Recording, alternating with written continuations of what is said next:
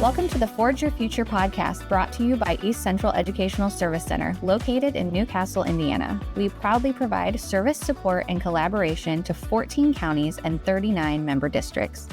At ECESC, we believe that students' strengths and interests are a blueprint to forging a future of success and impact, and we are on a journey to provide support and collaboration to schools as they implement career-connected learning for all students. As part of this mission, we are here today to celebrate the amazing educators who help the students of East Central Indiana dream big dreams and achieve more than they thought possible. Their work inspires us each day, and we want to lift up their stories and the stories of the students they are impacting and serving. Welcome to the Forge Your Future podcast. My name is Pat Haney, director of the East Central Educational Service Center located in Newcastle, Indiana, and co-hosting with me today on the podcast is Lindsay Laverne, an instructional specialist and grant coordinator here at ECESC. Good morning, Lindsay. Good morning.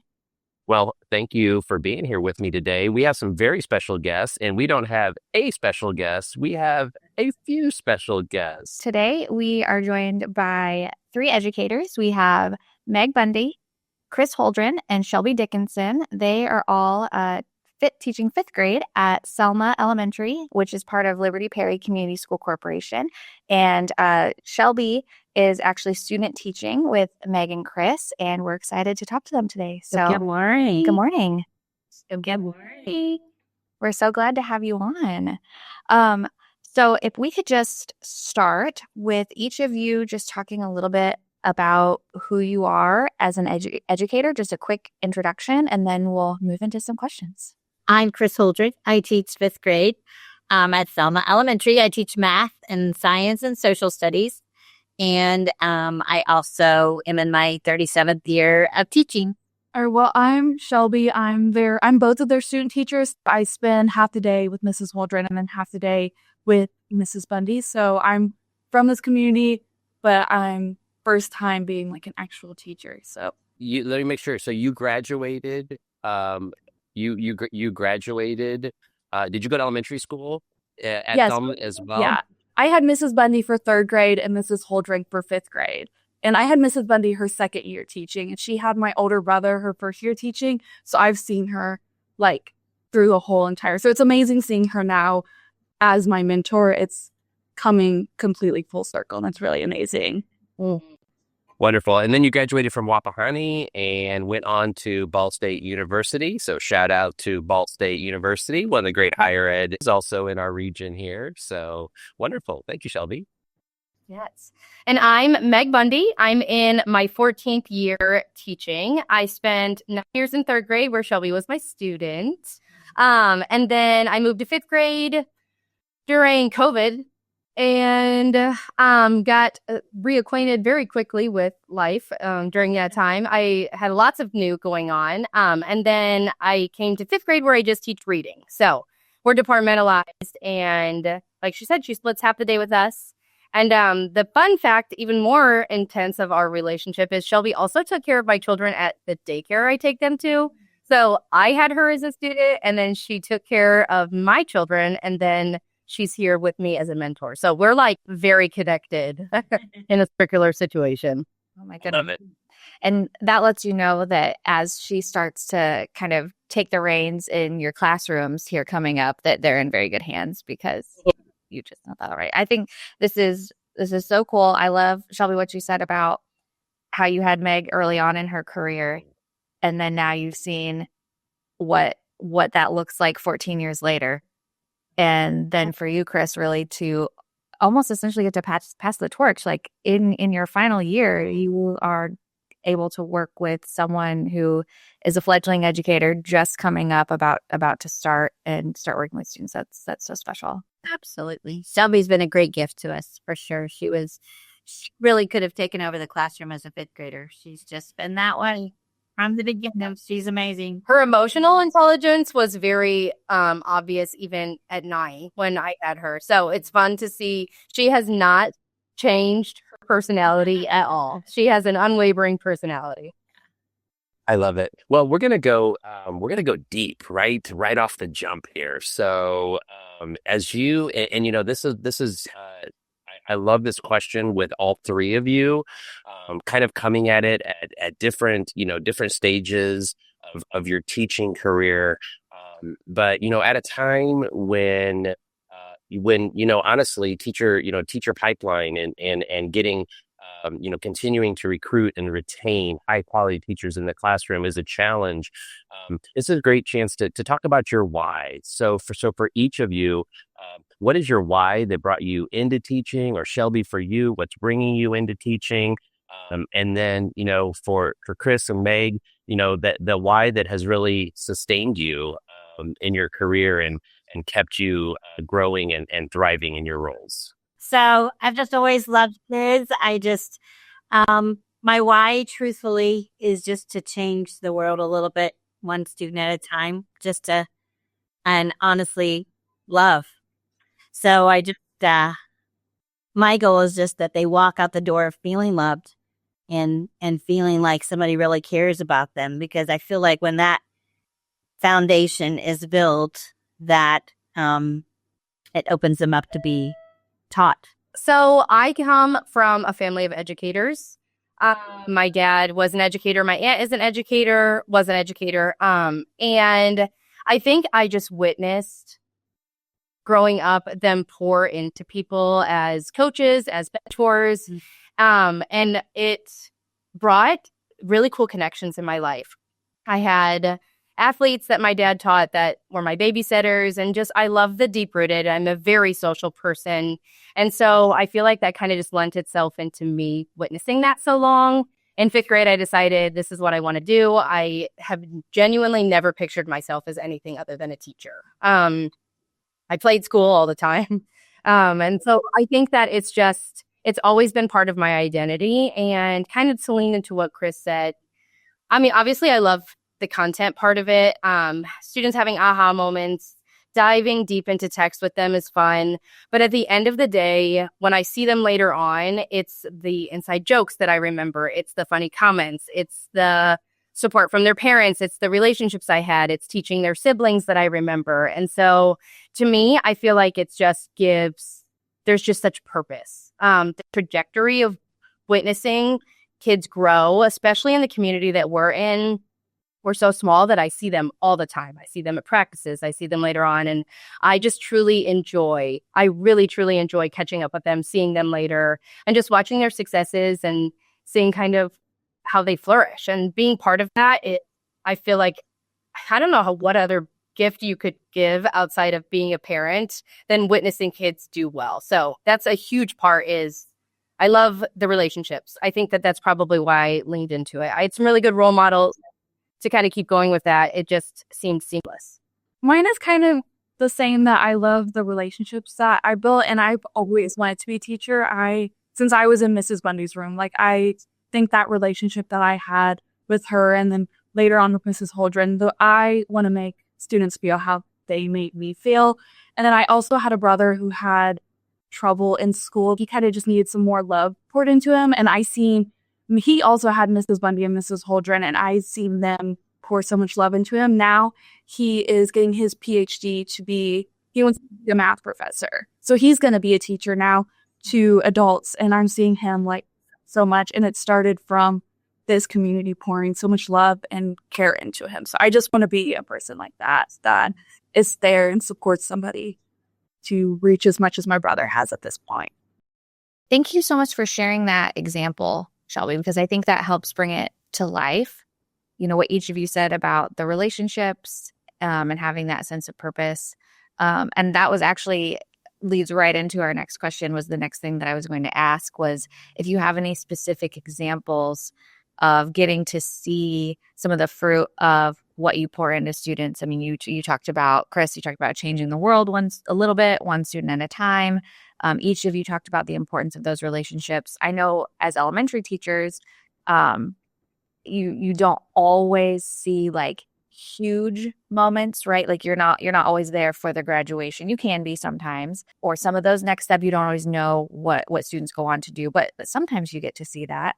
And just curious, either within your elementary setting or outside, what examples of student success that just light you up that you want to share today? I feel like that's actually one of the shiny points of our district is we celebrate students all the time.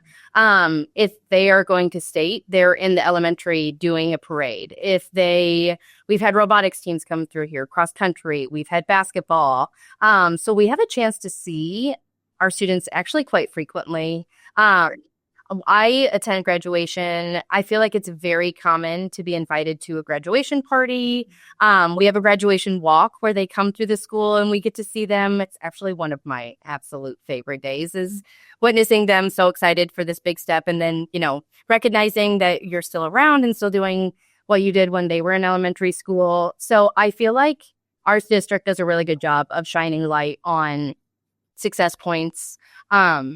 Even just like little things like a good news call of the day or, I don't know, parent conversations. I feel like there's a lot of perks of being in a small school. And one of those is that we constantly know what's going on in other schools and other places. And we are given the opportunity a lot to see those students and to physically talk to them and congratulate them. So that's, I feel like, honestly, why we have a major connection to people the way that we do, those deep-rooted connections, because we have the opportunity to see them a lot.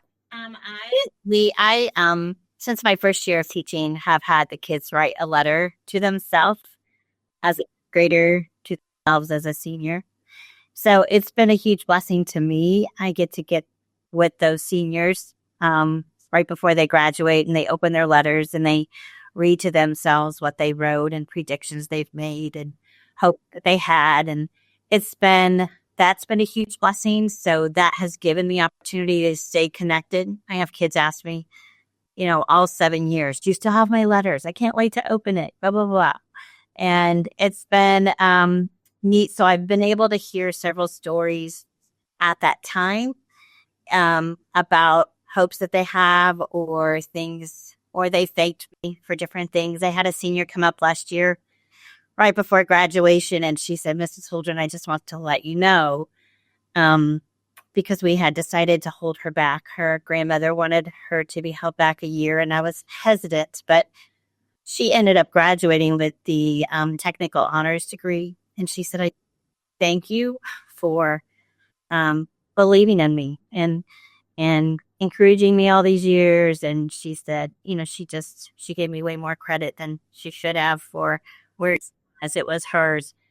But I've also had many teachers that I had as students come back and say, you're the reason I'm a teacher. So that, Big a gift. Yeah. Humbles you in a big way. But it's just it's a beautiful, beautiful compliment. I absolutely love it. Shelby, I want to turn the attention to you for a second. What are you most excited about having your own classroom? So we don't want to rush student teaching because you've got a wonderful experience ahead of you with these two amazing teachers. But what are you most excited about in terms of having your own classroom very soon? I'm excited to start my own traditions. I like how Mrs. Holdren does the letters to the seniors. I was one of those seniors that got a letter, and that was so important to me. So I want to do traditions like that I have the students do a lot of reflection, and we do things that they're going to remember or care about years. So I've been already taking notes of things that I notice that they do, that it's in the routines and just different holiday traditions and things like that the students, it just makes the students feel more like a family. So I'm excited to set up that structure in the classroom. So I'm curious, as you have worked with your two mentor teachers here, what's maybe some of the best advice that they have given you about those days when teaching is really hard, right? So we know, so many positive things about becoming a teacher and persevering, in this profession that has an impact on so many lives. But what's some of maybe the best advice they've given you about those days that are more challenging than others? I would say I have struggled with sometimes when I put consequences on students, them reacting negatively, and sometimes I'll take that personally and it'll hurt my feelings, and I'll be able to talk to them about I don't know if I made the right decision or if I was harsh in that moment. And both of them always tell me no, they you are loving them by putting these high expectations on them. So I think that's something that's like really set in deep these past few weeks that I've been here, that just like I'm not letting the students down by giving them consequences. I'm like up to them. And that's given me, at the end of the day, I know when I'm making right decisions and that the students are still going to love me, even if, I'm not their favorite person that day, that they're still going to take a, memory and a message away from me. The classroom culture and management side is something you just can't learn in the teacher's college. It's got to be during your student teaching, when you're actually there every day, handling the behaviors and whatever it might be for a whole entire day, right, is completely different than even when you're just popping in for a practicum. That's I think for a lot of people, that's their first experience with like, okay, this is what it's going to be like. I think honestly, it's the biggest takeaway. I think management being able to uphold a classroom and keep their attention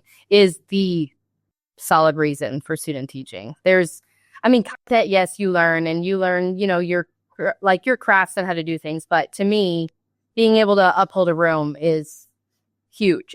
I feel like that's the biggest observation you pull away with. And letting them see you make mistakes and that it's okay. They have to know you're human, and that helps them to be okay with making mistakes. And that's how we grow. We grow the most from our mistakes, way more than our successes. Amen to that. Has there been anything that, as you've gotten this first more like peek behind the curtain of teaching, has there been anything that was surprising or unexpected? All three of you said you knew from a young age you wanted to be a teacher.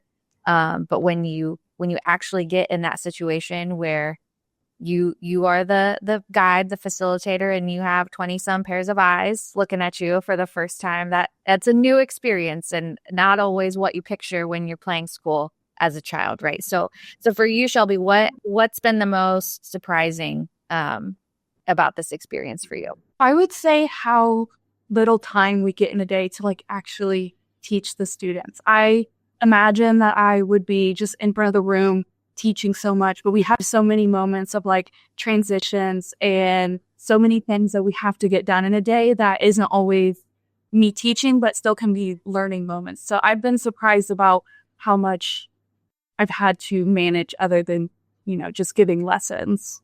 That is an incredibly accurate and savvy statement for a beginning teacher. And I think that, that's one of the things that, as you mentioned, Lindsay said, the peek behind the curtain. I think all of those decisions and responsibilities throughout the course of the day are something that is sometimes not always understood by those who have never walked in those shoes. So tremendous answer and a perfect lead into the next question. And I'm thinking, Chris and Meg, this will probably be more for you, but Shelby, jump in if you have something to add here.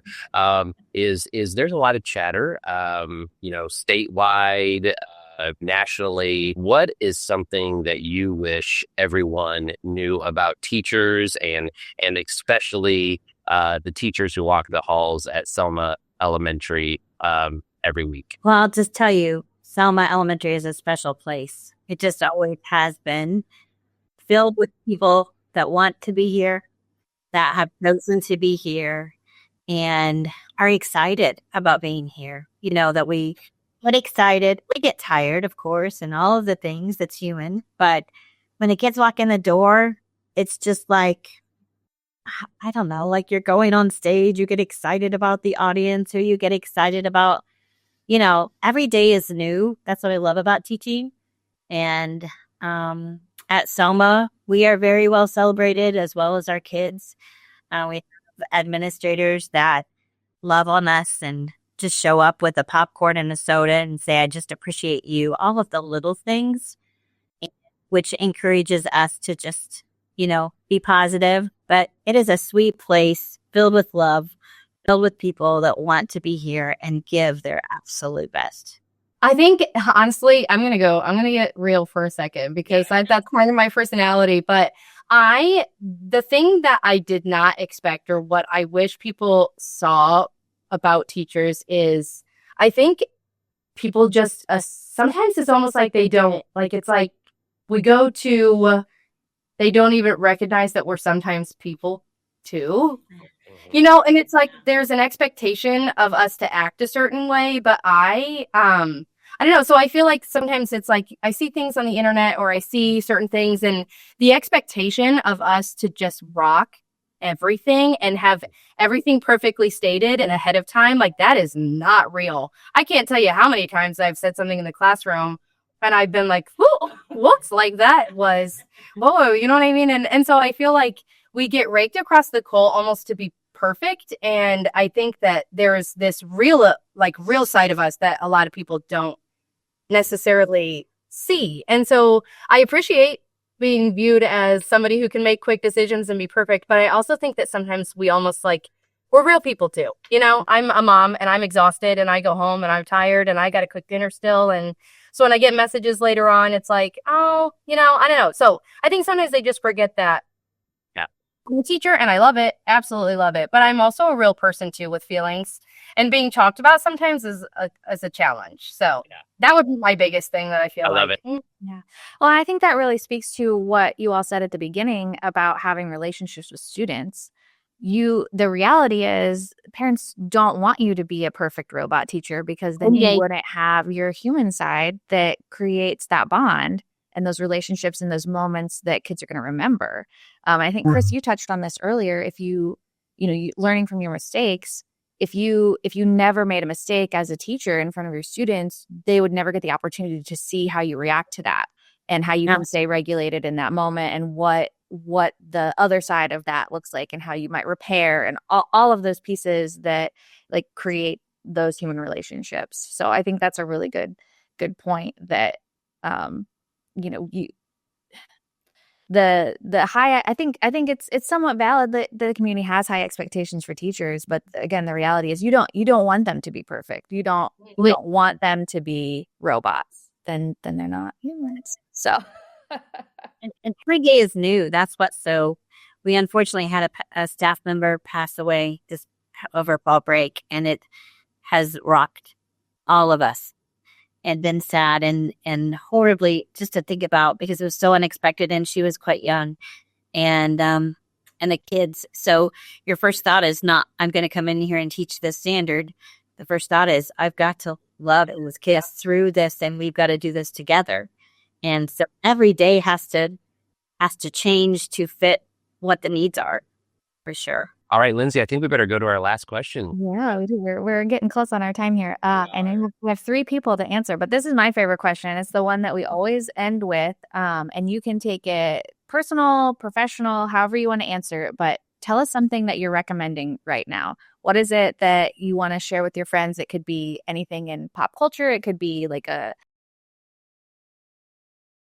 I years ago decided not to look at teaching as a career, but what I get to do with my life and what I could do just to maybe change the world a little bit and in a positive way, but just even a teeny tiny bit.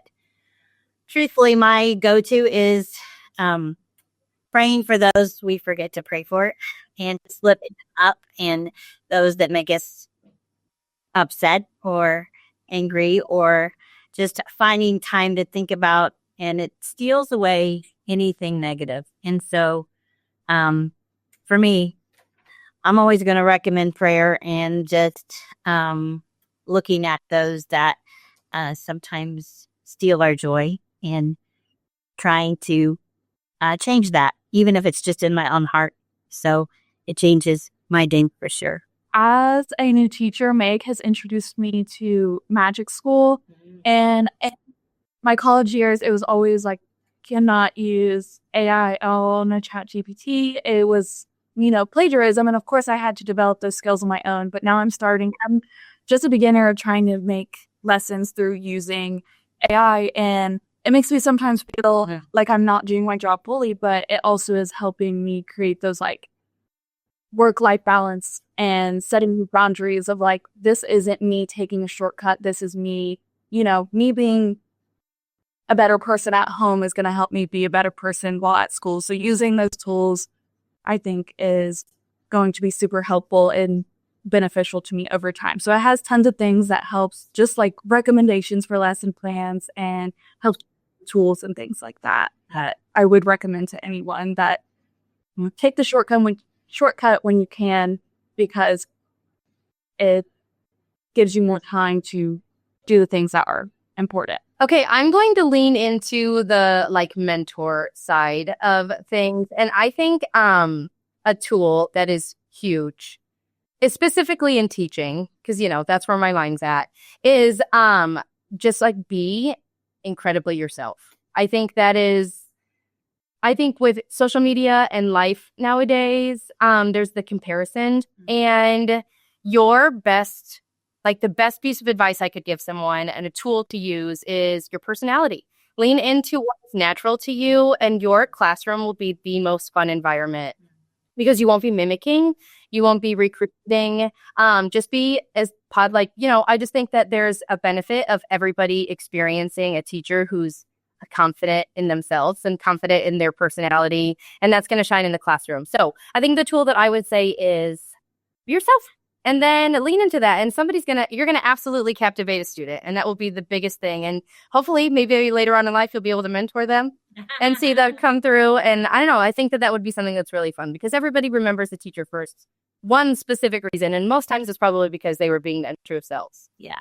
I'm also going to add, being a Mimi is fantastic. So every stage of life has been great, but this is my favorite. Being a grandma, it is. Thank you all. You all shared such distinct answers, and I think that is a great example. You're all being yourself.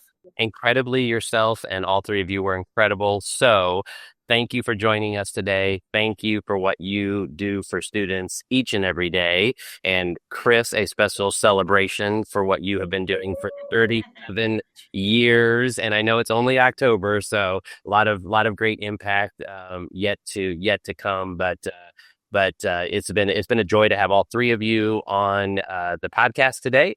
And thank you for what you do for students in East Central Indiana. Thank you. We had so much fun. Thank you for listening to the Forge Your Future podcast. We hope that this glimpse into the bright future of East Central Indiana inspires you and brings you hope. We have the privilege to work with these future makers every day and want to share their stories throughout Indiana and beyond. If you enjoyed today's podcast, please share it with your circle, and let's keep the conversation going. You can connect with us on LinkedIn, Facebook, X, and on our website. Until next time, remember that your strengths and interests are a blueprint to your future of success and impact.